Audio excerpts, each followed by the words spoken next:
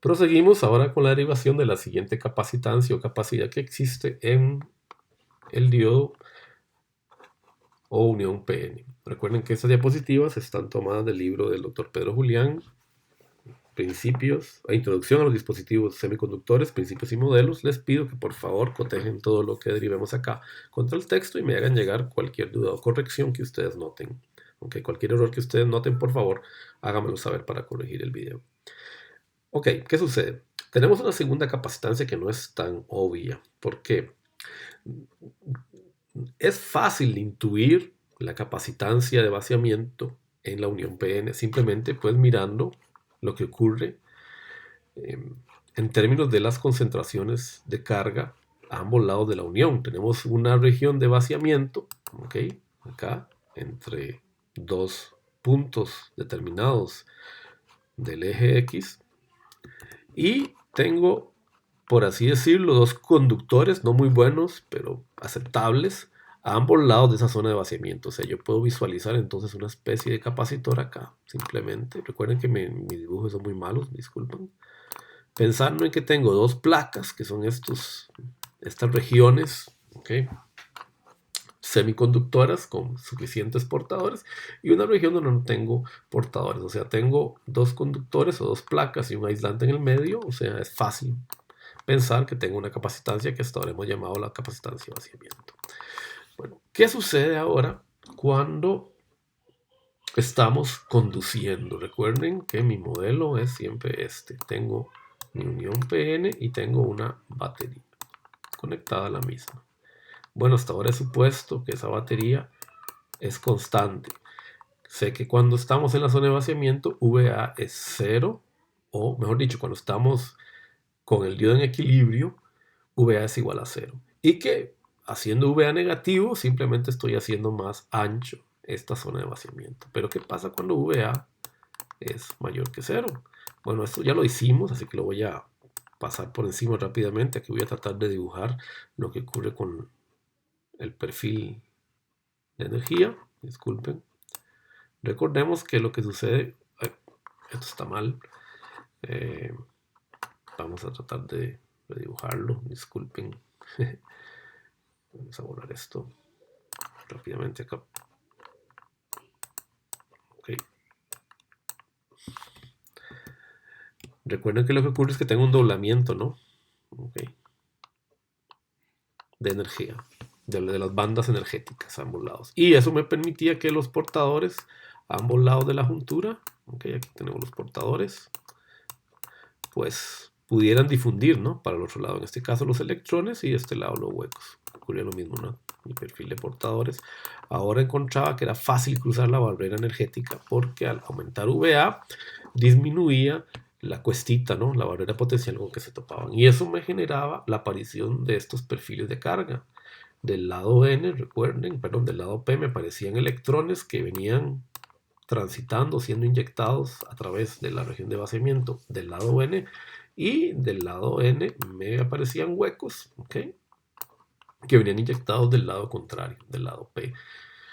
Ahora, por ahora solo hemos supuesto que esa inyección es constante, ¿no? Porque hemos supuesto que VA es constante, pero VA también puede ser función de T. ¿Eso qué quiere decir?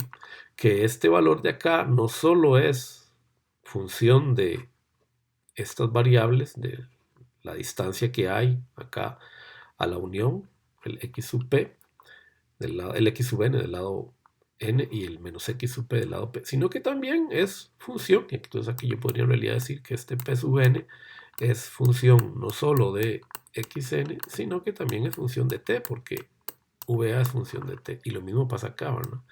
NP ahora no solo es función de menos XP, ¿ok? Del ancho de la región de vaciamiento del lado P, sino que también es función de T. O sea que este perfil de carga está variando en el tiempo. Este triangulito que hay acá en realidad está variando en el tiempo. ¿Ok? Bueno, pero yo puedo calcular cuánto vale ese triangulito si encuentro, digamos, o si encuentro esa área y la derivo. ¿Por qué? Porque si yo la derivo esta área, simplemente estoy midiendo en el tiempo la variación del área de este triangulito en función del tiempo. Que eso es lo que voy a hacer acá. ¿Ok? Primero voy a plantear una ecuación, ¿ok?, que me va a dar el área de ese triángulo a ambos lados de la juntura, al lado P y al lado N. Noten que esto de acá es simplemente la ecuación de área del triángulo, ¿ok? La base del triángulo por su altura dividido entre 2 en el lado P y la base del triángulo por su altura en el lado N. Y la multiplico por el área transversal de mi diodo, porque si no lo que tendría es solo densidad de carga, pero me interesa conocer la carga total, y por la constante fundamental de carga. Una pregunta que normalmente haría en clase es ¿por qué en el lado P la constante fundamental es menos Q? Bueno, recuerden que el diodo es un dispositivo que conduce portadores minoritarios. Del lado P lo que tenemos es un gradiente de electrones y recuerden, eso produce una difusión de electrones, y del lado N lo que tenemos es un gradiente de huecos, portadores minoritarios del lado P, y eso me produce una difusión de huecos. Bueno, recordando, ¿verdad?, que ambas corrientes se suman. Recordemos que la corriente técnica iría para este lado, para el caso de los electrones, esta sería la corriente técnica, y estas dos corrientes se suman y producían la ecuación que ya conocemos para describir el cambio de corriente en función de la tensión en el diodo. Bueno, por eso es que aparece este menos acá, y aquí esto es positivo, ¿verdad? Lo que tenemos son portadores minoritarios conduciendo a ambos lados de la juntura. Bueno, pero esto en realidad ya lo conocemos, esta expresión la conocemos y la podemos resolver simplemente aplicando la ley de la juntura. ¿Okay? Entonces volver a aplicar lo que ya conocemos de la ley de la juntura. No vamos a hacer la derivación porque es básicamente lo mismo que ya hicimos en el caso pasado. ¿Okay? Y si aplicamos la ley de la juntura tenemos la carga entonces a ambos lados de mi unión. Y ahora lo que voy a hacer es encontrar esa capacitancia directa o de difusión, simplemente como derivándolas ambas, o sea, quiero averiguar cómo varía esa carga en función del tiempo, o sea, cómo varía este triangulito en función del tiempo, es lo que estoy haciendo, ¿ok? Y esa función, digamos, esa función o esa variación en función del tiempo en realidad depende de V sub d, porque de V sub d es el que varía en función del tiempo. ¿Okay? Por eso es que la derivada se hace en función de V sub d. ¿Okay? Porque sabemos que Vd es una función del tiempo. Así que lo que tengo que hacer es encontrar la variación de esa carga en función de Vd, que está variando en el tiempo. Así que si yo calculo las derivadas de ambas, ¿okay?, simplemente sumándolas, voy a obtener la carga total, o mejor dicho, la capacitancia total de mi unión Pn cuando estoy indirecta. Acá recuerden, estamos aplicando la ley fundamental, por aquellos que no se acuerdan, de el diodo, ¿verdad?, de Q, ¿ok? Y en este caso de V. ¿Okay? Esa es la ley fundamental, perdón, la ley fundamental del capacitor, es la que estamos utilizando. Ok. Así que simplemente si yo sumo la variación, ¿okay?, de cargas a ambos lados, voy a obtener la carga total. Y esta es una preguntita intuitiva, no se las voy a responder por ahí en consulta. ¿Por qué la suma acá es negativa? ¿Por qué calculamos menos dQp y no dQp? ¿Ok? Les voy a dejar eso de tareita para que ustedes lo investiguen. ¿Por qué estamos usando menos dQp y no dQp acá? ¿Okay? dQp dVd. Bueno, ahora, esto en realidad es una forma que ya conocemos, la vimos por encima cuando hicimos algunas derivaciones hace algunas semanas, y es que todo ese término acá de esta expresión es ni más ni menos que lo que se conoce como el tiempo de tránsito, o sea, lo que yo necesito para sacar toda la carga que está disponible en la unión PN, o sea, el tiempo, después digamos de un tiempo, de un instante, t igual 0, digamos t sub 0, después de ese instante, esto es y digamos, si yo tomo una foto de la carga en ese momento, esto sería el tiempo que yo necesitaría para sacar toda esa carga de esa región. ¿Ok? Y esto era el tiempo de tránsito, recuerden. O sea que la capacitancia total entonces se puede resumir simplemente como todo este término, que es el tiempo de tránsito, dividido sobre phi t, el potencial térmico por la corriente en CD que yo tengo en mi diodo. ¿Ok? Porque ustedes se dan cuenta, esta expresión ya la derivamos, ¿no?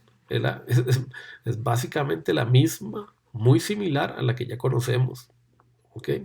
De la corriente por el diodo. Aquí falta un -1, recuerden. ¿Okay? Pero ven que es muy similar a la misma. Por lo tanto, la puedo aproximar. O sea, la capacitancia de difusión en directa es una función del tiempo de tránsito. Y es obvio. O sea, esta capacitancia lo que me dice es qué tan rápido enciendo y apago mi diodo. Qué tan rápido lo lleno de carga para aquella corriente. Y si lo quiero apagar, qué tan rápido lo puedo apagar. O sea, mide indirectamente la velocidad de encendido y apagado del diodo. Y esto va a ser muy importante después, cuando analicemos circuitos más complejos. Y para terminar, ¿qué pasa con la capacidad de la zona de vaciamiento? Bueno, en realidad, si nosotros nos vamos atrás a las curvas que derivamos, yo podría pensar que esta capacitancia de vaciamiento sigue creciendo, ¿no? Conforme yo aumento VD. Pero en realidad, generalmente esa capacitancia de vaciamiento queda debajo de la sombra de esta capacitancia directa. Así que normalmente se sigue una aproximación bastante burda, pero que funciona bastante bien. Y se considera que cuando estamos por encima ya de la tensión de conducción, ¿okay? De lo que es, recuerden que es básicamente generalmente el potencial interno que hay dentro del diodo, cuando estamos encima de eso, yo puedo suponer que la capacitancia prácticamente tiene una constante, ¿ok? Y se estabiliza en raíz de 2CJ sub 0. Y aquí tenemos un leve ejemplo, no lo vamos a resolver, simplemente es aplicar algunos de los números, les pido que lo hagan en casa, se los dejo por acá, donde se calcula la capacitancia de vaciamiento y luego la capacitancia directa para un diodo, ¿okay? El mismo diodo que ya hicimos en el ejemplo 14. Simplemente aplicar las fórmulas que conocemos. Noten que la capacitancia de vaciamiento es varios órdenes de magnitud menor que la capacitancia de difusión. O sea, generalmente cuando yo estoy en conducción directa, lo más probable es que yo incluso desprecie esta capacitancia y me quede solo por esta para los cambios, para los cálculos que yo tengo. Y noten acá también que tenemos una constante, ahora sí, de tiempo de tránsito que derivada me dice que, digamos, aplicando los números que yo tengo acá, me dice que yo puedo encender y apagar mi diodo en 4 nanosegundos, lo que es importante para decirme qué tan rápido es mi diodo.